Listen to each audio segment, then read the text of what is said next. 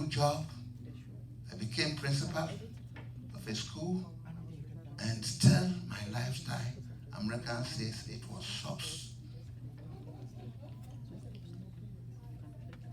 No beautiful woman passed by my eyes. Yes, that's the problem I had. And that very moment, my ministry journey up to now. I went through so much here and there, training, studying, going to churches, upon churches, seeking so much I went through. Until I thought I was going to be a pastor and build my heavy edifice and get my coronation chair and sit, and people will come and bow to me. That's what I thought. The Lord said, no, this is not what I called you for. I called you so that you preach my word. But you are not going to be what we call a traditional preacher. You will be what we call the incarnational preacher. You will go out there to reach my ministry. I'll continue to do things I'm supposed to do, but you will not find me standing in the pulpit full time as I've been doing. When I leave here, back to Ghana, even it's going to be more strange. Because, you see, in the ministry, when you reach a level or a stage, you see you have come to an end. You see it. Nobody tells you. You see it. That now, I have to take another route. So I thank God that I'm standing before my brothers and sisters here today and to share the word of God and to thank Him for what He has done for me. I thank Him so much because I've gone through so much in the ministry. Level, stages, pastored churches before, I've been an evangelist before, I've been a missionary before, I've read Bible teacher, and all these things. I've gone through so many areas of the ministry. And now I say, Lord, I thank you. There were some people that God brought to me in my life, and the first person is my wife sitting here. I was telling you yesterday that I had a wife before. First wife, he passed away. I had 6 children. My first son is 60 years. I have 50, 55, I have 52, I have 50. These are all big children. Some are working in the UK, working social worker, teacher. I have one in the military. I have pharmacists. I have all these people that the Lord, through me, came to them. And we are all in good terms. Those who are not here, we are there every 2 days. Papa, how are you doing? They call, so they send money. They send. They are actively. And we have 2 pastors also, and they are all doing the work of God. So these are all the blessings God has given. Amen. And I appreciate it. And I thank Him so much for what He has done. So we're going to go forward now, and then see what the Lord has in store for us. Mama should have come to sing my song. I think he can come up here to sing our song. We have our what do you call it? Our procedure. Every time you're preaching, you come to sing a wonderful song and then come and sing some song. Song, any song. I don't know what you want that. Anything. Praise to the Holy Esteem.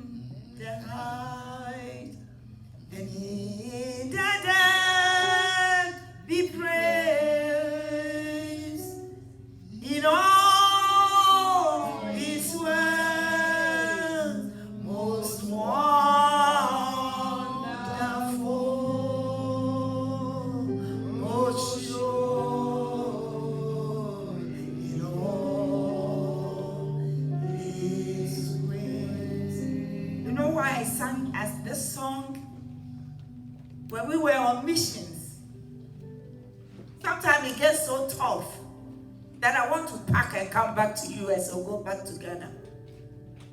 There are times he wants to pack and then we will talk to each other. And that's the song we always sing.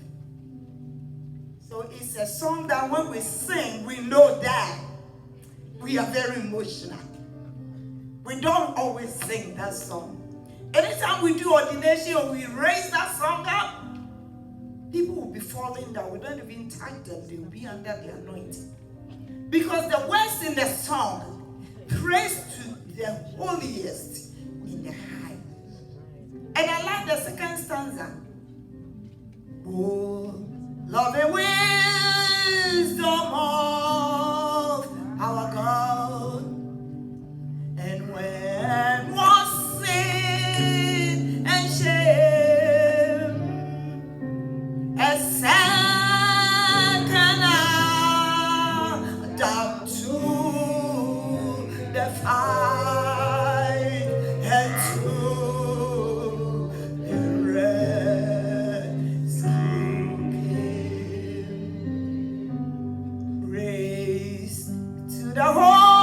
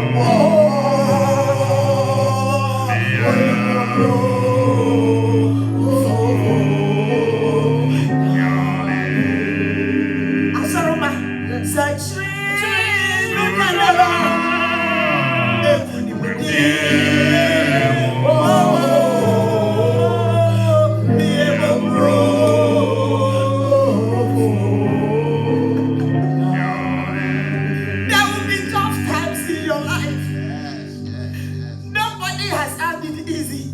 Yes. But when the situation comes, remember you are not a failure. No matter what you are going through, victory, victory, Amen. victory. Amen. Pastor Harriet, he will carry you through. Amen. Dada, he will carry you through. Amen. Mama, Achire, do dadara. Mama, no more.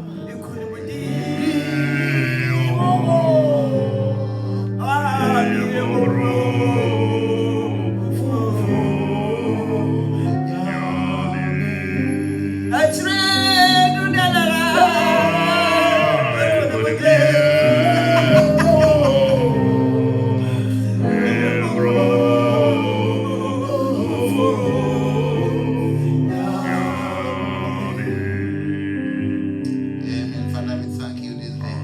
Thank you so much. Thank you, thank you. Be glorified. Be magnified, O Lord. We thank you. Now this morning I'm taking my message from John chapter 16, verse 16. Maybe I will pick a few things up to 19. And the 16 says, a little while and ye shall not see me, and again a little while and ye shall see me, because I go to the Father. There was once a friend I had, Ben Kofi. And Ben Kofi's popular joke was with this scripture I never knew much about. And he would tell me there was a priest who drinks so much. And he would be in the pulpit. You know, you have the enclosed pulpit. And he will hide the drinks there. So now he will stand there to preach. And say, folks, you will see me, here am I. But a little while, you will not see me. Then you will go down there. And go big drink. Until one day, he was so drunk, he fell down in the pulpit. No, sometimes I think these are stories, but I saw one myself at Abubu. A preacher preaching, drinking in the pulpit. He was so drunk, the elders had to go and carry him out. And my preaching comes from this very verse. A little while you shall see me, and again a little while you will not see me. From this very scripture, from 16 up to 19, that little while has been repeated 7 times. Jesus will say, little while, and then disciples say, what is this man talking all about? Little while, little while.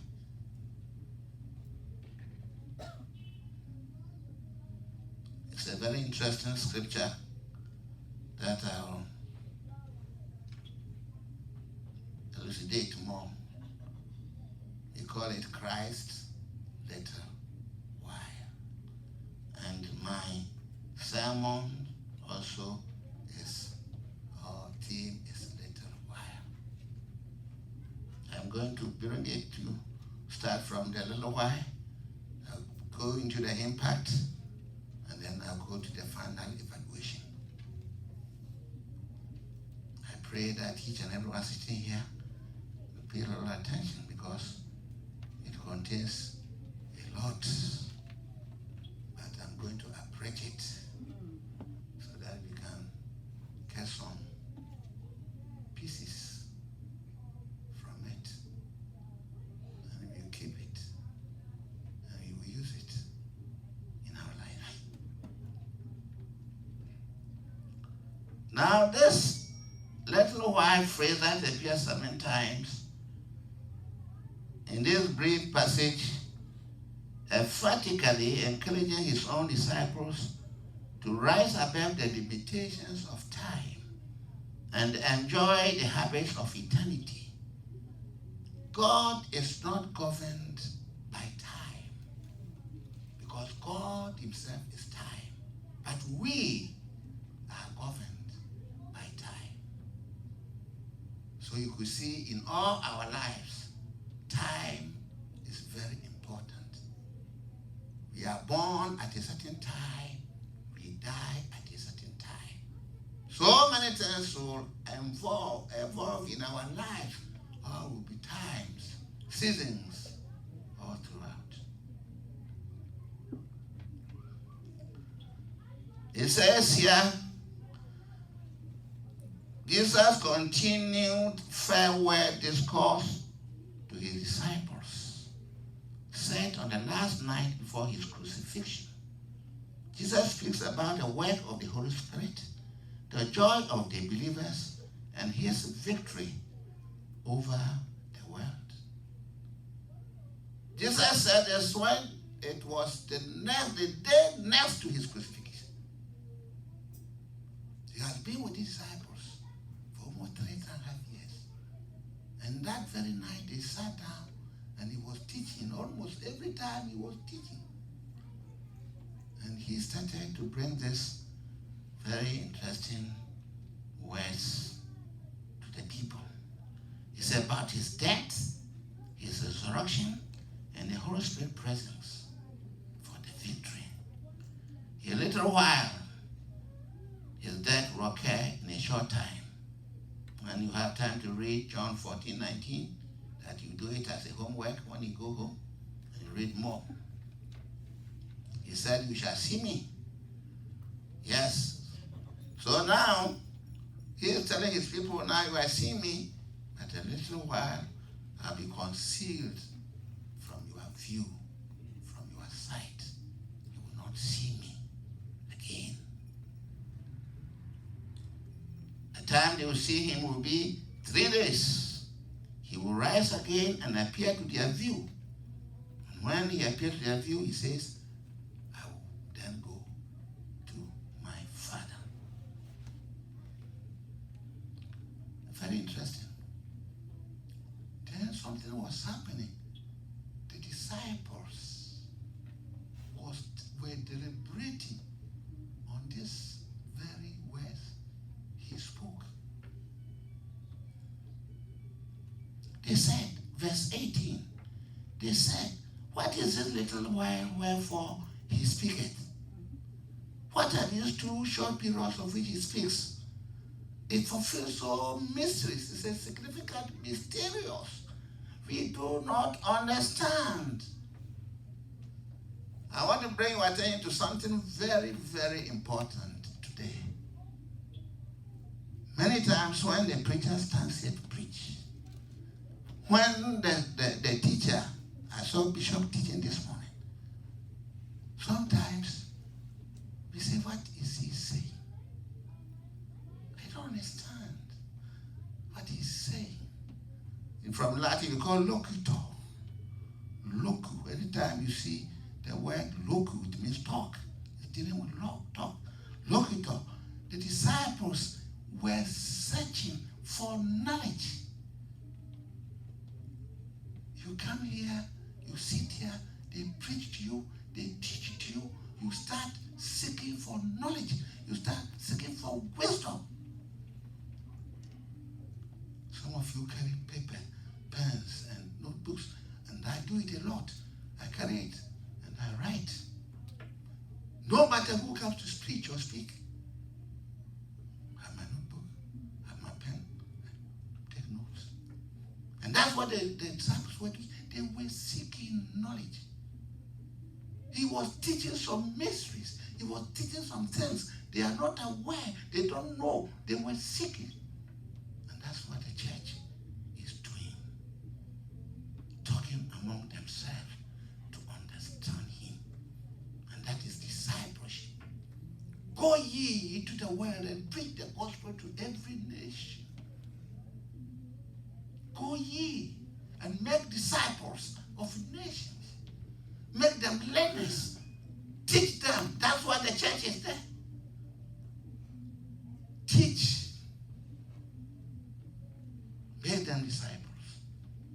So we become teachers, we become learners, we become teachers. Disciples and disciples.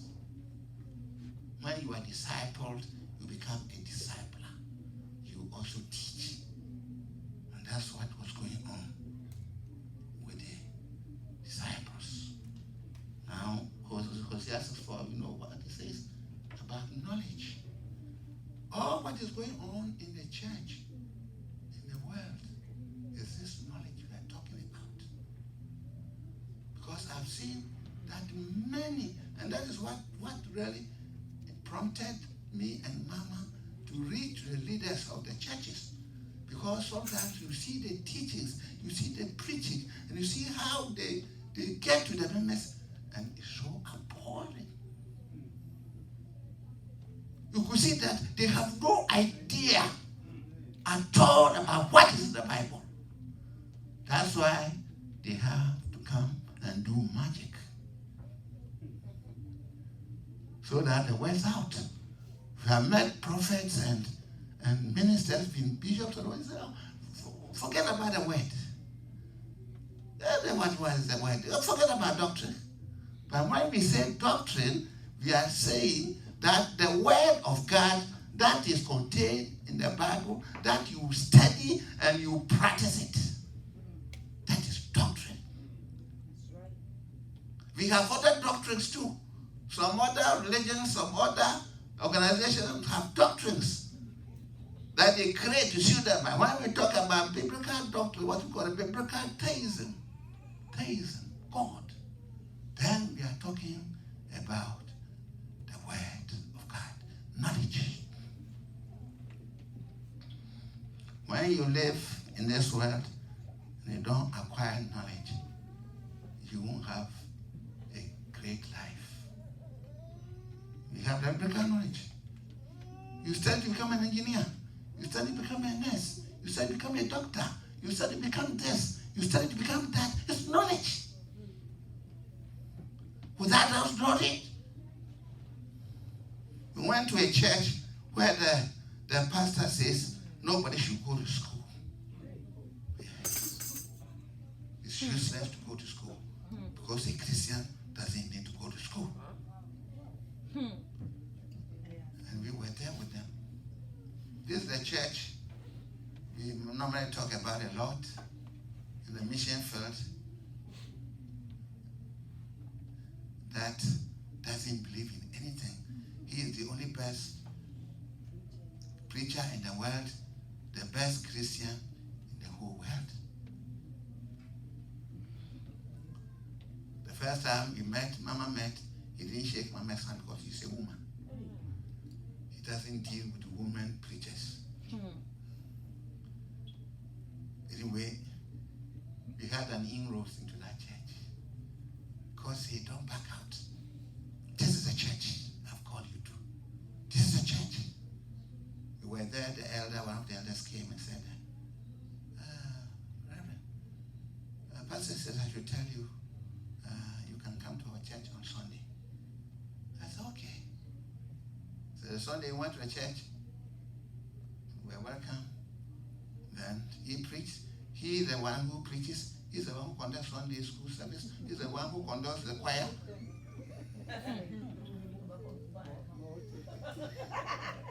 Everything in the church. Sometimes you call the wife to do something, and I tell you, you can shout on the wife in the congregation. Sometimes the wife works and then also is tired, so tired, and he will be doing a little. He can let the wife stand for about an hour or 2 hours. The whole of the service. Oh yes, that is a church.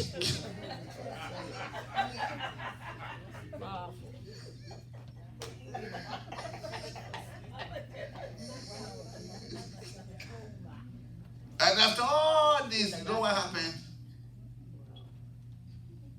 Mama said, Papa, I've had a dream. I said, forget about your dream. The church is like a mattress. It's cut into two. And you see everything out there. I said, what type of dream is this? Forget about all those dreams. So something's going to happen in this church.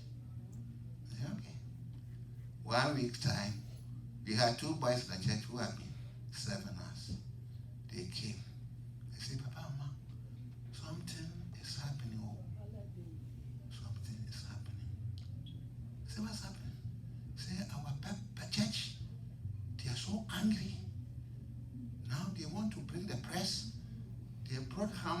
everything to barricade the building. They want to kick the pastor out of the vicarage. They have built a huge edifice, beautiful church. And the vicarage, they have 3 bedrooms, nice with garage, everything for the pastor. The church has been there for 25 years. There were rich people who came to the church and supported the church. But most of them have left because of the pastor's attitude. I said, so what do you do? He said, please, we want you to succeed to intervene. Mama said, and you know what he did to us?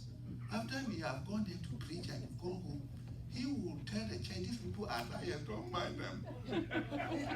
They are from America and they bring the American teachings. They are not, it's not true. Don't mind them. So the boys will come, sometimes they want to fight. They say, why should the pastor do this to you people? They say, well, living, persecute, that's what we call persecution. Sometimes the persecution comes from the inside. So don't worry. We are not leaving that church. We will continue to go to that church until we have accomplished why God sent us to this country. Maybe because of the church, God sent us here. We are not going anywhere. We will go. Sometimes you have to walk muddy this thing and go. He didn't care. You go. Then he started with the youth. When we started with the youth administration, he was happy. Because we started with youth development. And he was so happy. He said, oh yeah, this is what we want. Then gradually say, we want you to do couple program. Husband, wife, husband. Almost everybody in the church, husband, wife, husband, wife, husband, wife. So we did the program. They were happy. I said, okay. Then this issue came up.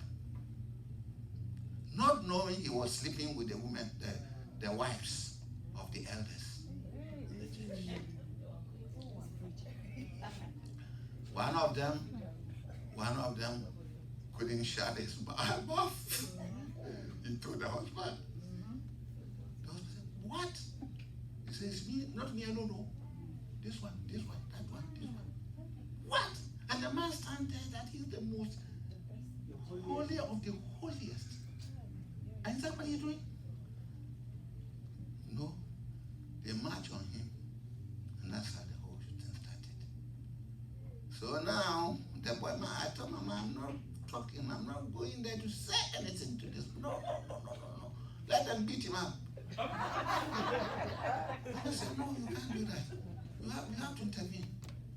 Please. He talked. I said, okay. So I called for the pastor. I tell you, within few days, the man is emaciated. He's as lean as anything. When he came, he knelt before me and said, Papa, please, I have sinned. And he was crying. I said, get up, tell me. He couldn't say, he just heard this. Okay. So what do you want us to do? I said, I don't know. They bring the press in now, they destroy me. They finish me. They're going to take over the church too. So I said they should call the elders. So I sent for elders.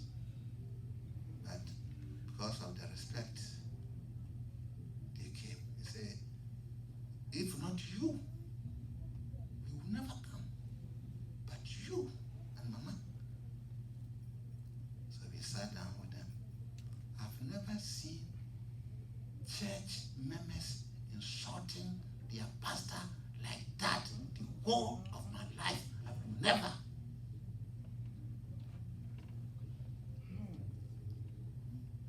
And the wife too was giving to the man. You say you are the holiest. Look, this is what you are doing.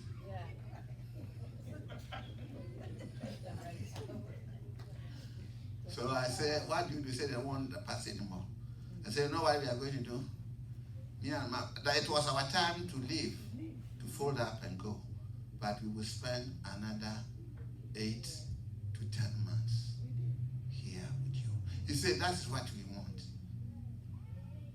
We want to take over until we see he has repented. Now he comes to church, you see at the back.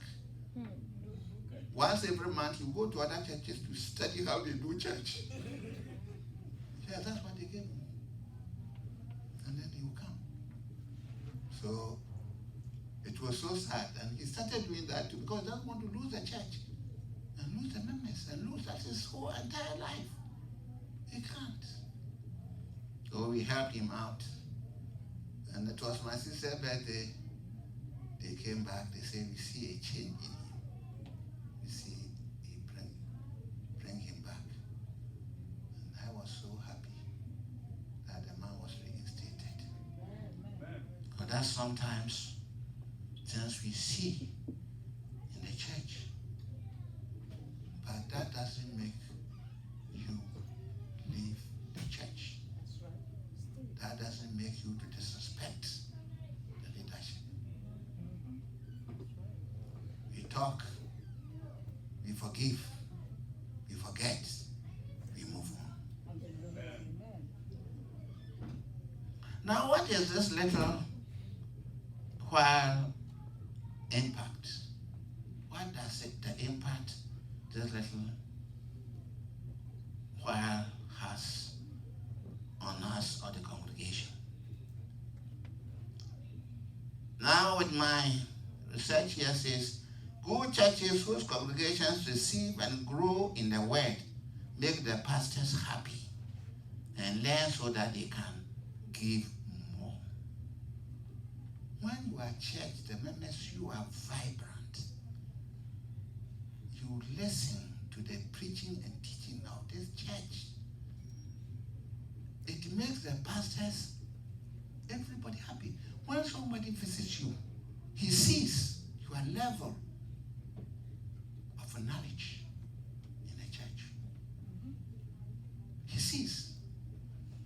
How does he see? How you respond to issues, how you praise the Lord, how you testify. So many things you do that they see you people are growing. Another thing too, you are not somebody who flatter from church to church, from prophet to prophet, from pastor to pastor. This is another area. Be able to determine you are growing. Now, you fellowship. You can fellowship with other churches. That's not bad. But you don't look to your pastors as if they don't know nothing. You don't look to them as if, oh, they are just there like cowboys. No. We have been to churches that we have had seminars, workshops, and they have come to us and said, oh, our pastor is empty. He's just there to him. Yeah, they come and tell us, stop telling us. I said, why do you say that? And they have a long list of things. So when members form opinion like this, no matter what you teach or tell them, they don't want to listen. They will bug the just not that they go, they forget. Then they are looking for somebody from the outside. But this is the assembly God has planted you. This is the place God has brought you. It is for you to help the church, the body, to grow. You don't say, I'm not happy with this thing, so I'm getting out. I'm not going there no more. No. You are part of the assembly, you are part of the body. Whether for good or for bad, you are part. You are going out there to encourage people, talk to people. Sometimes people ask you a question. And when they ask you the question, you must give them a tangible answer. Before we knew you about the church, then we have heard stories already. Long time. When you say anything negative, I said, no, don't say that. Please, don't talk about the man of God. Shut up. Then he won't continue to say it. Because if you encourage him, he will say things that are not true. Exaggeration. He said, we do not apprehend the wonderful interchange of vision and blank darkness, of presence and absence, and presence again. This whole life is a little while. Whole life is a little while. A little while. A little while. A little while of sadness and a little while of gladness. A little while of struggles, a little while of relief. A little while of impecunious life. You don't have no money, but a little while you are wealthy. A little while. A little while in our health we are sick. A little while we are healthy. That's the way our lives go. Little whiles. Little whiles we have a wonderful marriage. Beautiful laughter with our loved ones. Little while we are quarreling. Argument, we don't understand each other. A little while we come back again with joy and blessing each other. Don't touch me. I'm not coming near you in bed. That is a little while. Then a little while, he said, oh, so, honey, are you so angry? Back to Bataan. Little while. Little while. Little while in our ministry. Yes. Little while in our business. Little while in our waiting. Little while in our traveling. Everything is a little while. Little while, in which we have Christ with us, a little while when we start to feel we are empty and we don't know. One time, I didn't know what to do. I've stopped praying. I don't care no more. Then a friend visited me and he saw my altar. Oh, you have a beautiful altar, but I never heard you praying. I said, oh, this prayer business. The things I want, I don't get. I don't know if that God is there at all. And then he looked at me and he laughed. And he said, well, you know, it's there. Inside, it's there. You start to pray, you see, it's there. And the next early in the morning, usually I get up at 4 o'clock a.m. I start to pray. And I started praying, praising the Lord, singing all this. Then I started tongues coming, things. I said, what? After I said, you said it's there. So I tell you it's there. It's not going anywhere, it's there. A little while. That's the way things have been. Little whiles, you'll find him again. A little while, you think you are not growing, but a little while you see your spiritual growth. Because our lives are all little whiles. Because it is good to come near our seasons of grace are to an end, that we may be quickened to improve them. The grace of God abounds for us. Remember that this grace is always there. It's never withdrawn from you. It's never gone from you. He led you into salvation and he will continue to lead you till the end. Do you know how many times I've wanted to leave the ministry? And this is a question I've asked most of the giant ministers. I've asked Reverend Ike, I was representing Reverend Ike, and when I came here, and I had a chance to talk to him, I said, Reverend, do you sometimes want to leave the church? He said, several times. And especially when the persecution is high. I said, what have I've got into myself that I'm suffering so much? Everybody has stood against me. Why? If I'm an ordinary person doing my business, can I face this thing? I asked for Roberts too. Oklahoma. All these ministers I've met personally. I've sat at their feet to listen to their teachings. Some have shook my hands and I've talked with them. Kenneth Hagan Sr., I knew him in person. Broken Arrow. I knew him in person, Broken Arrow. Tierra's born, I was attending his lectures. And the wife's lessons, I love the wife. He opened my eyes to women ministry. Because formerly I hate women ministry. Oh yes, I didn't like women ministry. I said, what woman is doing that? That woman opened my eyes. From Genesis all the way to Revelation, you saw how women have been used by God. And he said, you see, God used a man. He used a woman too at the same time. He used a man this time. He used a... I said, oh, so all these are here? I said, yes. And I was so happy. So I told my wife, that woman opened my eyes. So I bought so many books. Started reading. And that's the time I had interest in women ministry. And when we started ordaining women, I tell you, we had criticisms. Bible says you can't ordain women. You can't do this. The woman can't do that. What do you mean? Have you read the Bible well? And I didn't give up, and I continue to support the women. Because most of the growth in the church is because of the women. Amen.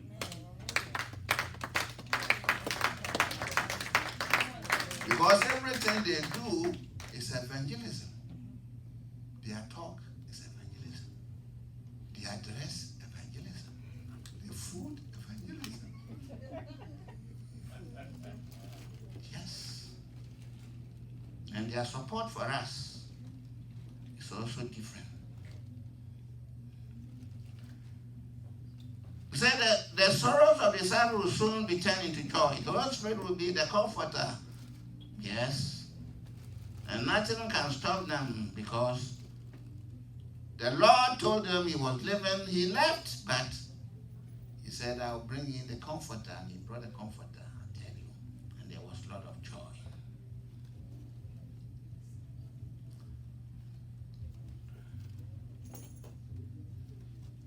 Okay. Thank you, Mama. Don't worry, I'm coming gradually. Now I'm at the point of the final evaluation. The final evaluation is Jesus is now ready to go, and he went. And then the devil was thinking he would be in the grave and never come out. And now here he is. Big victory. And Paul the apostle says something which has gratified me after this. He said, I've fought the good fight. I have finished the race. I have kept the faith.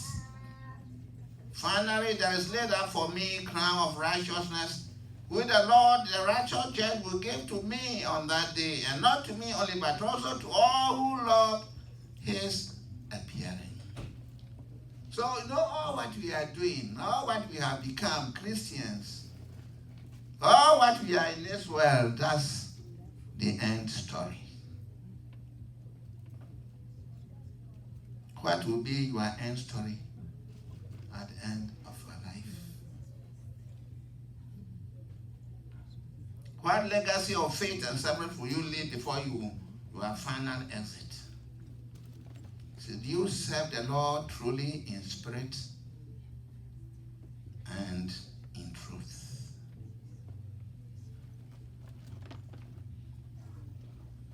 This is the question we have to ask ourselves. Sometimes, we come to church because we feel we are glorifying God and we are happy.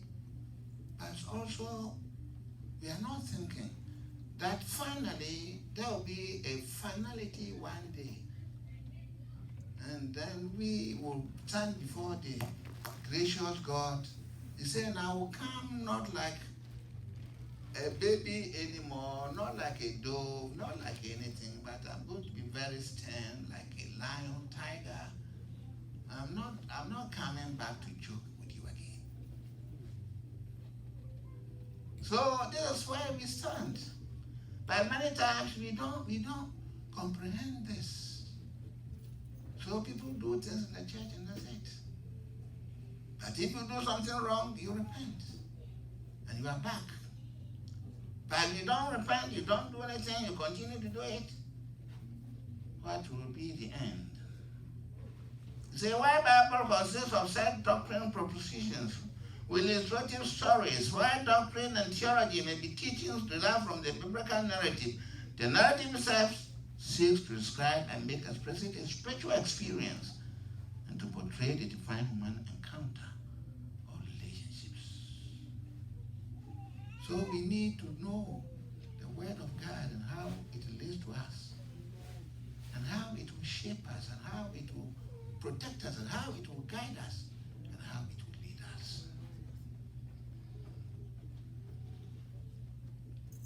Because all these things are things that we need to know and do.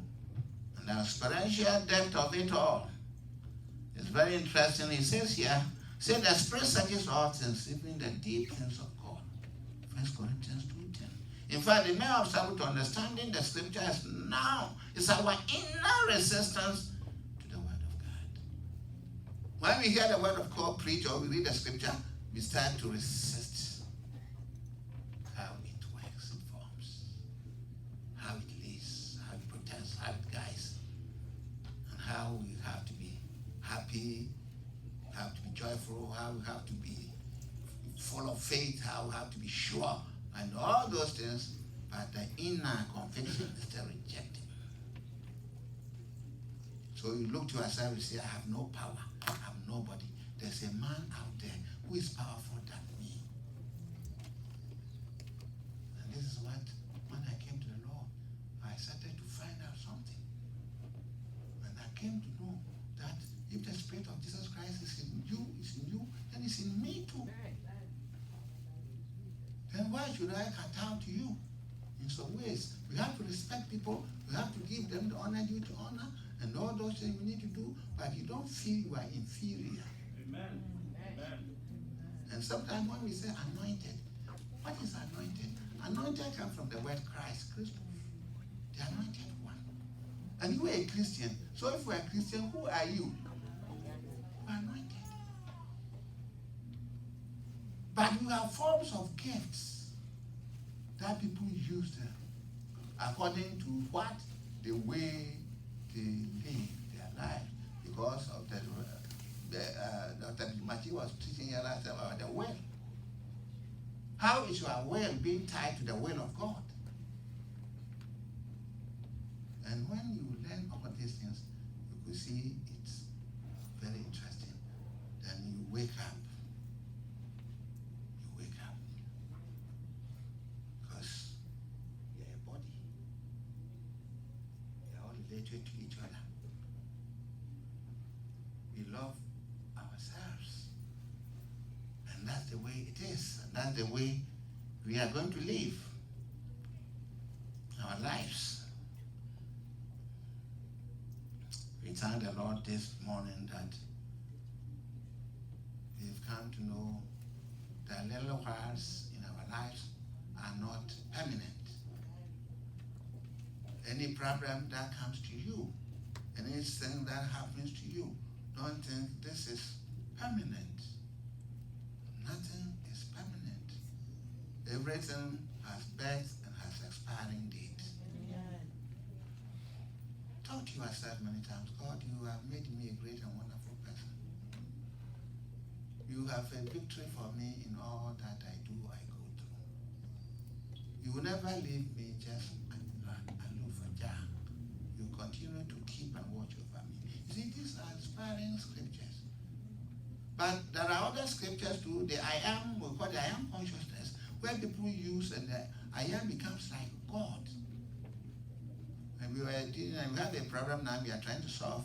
A minister who is teaching one of our people, and he is bringing in some teachings that you don't have to confess your sin, you don't have to do this, you don't have to do that. And I say, hey, wait a minute. These are the teachings of metaphysics. Metaphysics teach some things like that. And sometimes people don't see the difference. But you are not God. It's a problem. I remember some years back, the teachings are you are God, and Frederick Price raised this topic, and the whole country was against him. He said, you are a leader, a teacher, you can't teach people are gods. You see, we have a metaphorical way, we have a break theory of metaphysics, we have all those things, sometimes like exaggeration and all those in the scriptures. But anything we teach people should make us succumb to the high power. When you come to power with God, you are out. Very true. Thank you. Thank you. So that we humbly serve Him, humbly. Sometimes people ask, why you put all this Roman Catholic? some preachers, sometimes they ordain people say, this dress, we don't like this. Say, my friend, sit down, let's talk.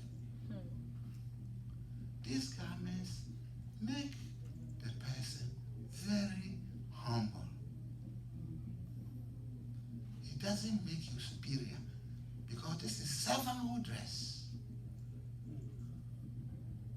So when you understand, that's why the Old Testament, the priests were wearing all these things. Humble. Because all this you use is worship. You are worshiping. All this has nothing to do with the instantaneous salvation we have. But all these things are something that brings us something, joy, peace, happiness, beauty. So many things around us. So when you explain to them, say, oh, yes, I understand. I say, it's not Catholic. Because the problem we had was when the Catholics took over, what they did was they involved in politics of the day. And when they involved in the politics of the day, then the robes, the dress that the church used, they let the secular world use it too. That's why you could see they were dressing in splendors and bright robes and all these things. The district commissioner, the regional commissioner, the police commissioner, the prime minister, the president, the emperor, the king, the queens, they took all this from the church. The churches. So that's what happened. So when this Reformation and all this came, they said, no, then we don't want no dress anymore. We will just dress like that and go and preach, and we will not be bothered. So it's fine. But I love the robes. I love the robes. Wearing the robes, it gives me the humility, and I love it. The liturgy of it, to preach my word, and I love it. We thank God for this day that we come to the end of my ministry here in America. And not anywhere else but Powerhouse.